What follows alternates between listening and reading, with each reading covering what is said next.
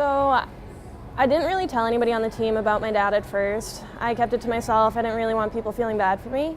And I had one friend, Devin, who she knew everything. And one day I was just like, this is what's going on in my life. Like, that's why I'm so distant. Alzheimer's is a disease that can become an unbearable burden for any family. For sophomore Cassandra Hanlon, her family has endured their share of hardships. Prior to Cassandra's arrival at Sacred Heart University, she has always shared a strong bond with her father. My dad's my best friend. We've been best friends and inseparable since I can remember. We've done everything together and we still do everything together. My dad played at Boston College. He played ice hockey there in the 80s. He knows Coach O'Malley because they played together. And my whole life he wanted me to play ice hockey, but I never wanted to. He'd always come home with scratches on his face. And we were in Montreal one summer and we're walking around and I look at him and I'm like, hey Dad, can I play hockey? After Mr. Hanlon's recent diagnosis of dementia, his bond with his daughter remains stronger than ever. My mom called my sister and I and she was like, you guys need to come home. We're having a family meeting at 5.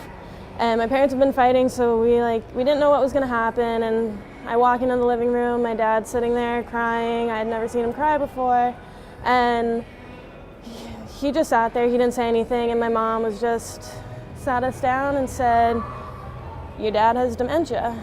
Now a starting defender for Sacred Heart women's ice hockey team, Cassandra has also found the support of a second family with her teammates. She's so strong that it was almost like you would never think she needed anyone, but it was almost like deep down she wanted someone to be there. They always find stuff to do, and when I'm upset, they're always like, okay, let's go do something. And they make sure, and they always ask. That's the best part. If I'm down, they ask if everything's all right with my dad, and they always ask about him, and it's awesome. They're just always there making sure I'm all right. Being over 180 miles from her father, this native from Rowley, Massachusetts, embraces the support from her teammates to cope with her father's disability. We always take her to go get food. We're always with her. We're doing homework.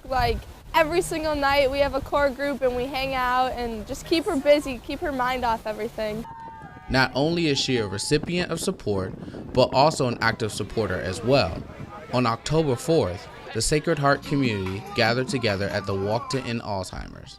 Coach has just been great, and I brought the idea of the walk to him, and he said, talk to our community service people, and the team just rallied behind me when I told them. They were so happy, and it was great to get the whole team there. We ended up raising over $2,000, got the whole team, got field hockey, rowing, hopefully next year getting more. Dealing with her troubles at home has not set Cassandra back, but instead encouraged her to do more. It hasn't really affected school at all, except it makes me want to do more. I want to graduate early. I am a sophomore, but I am on track to graduate next year.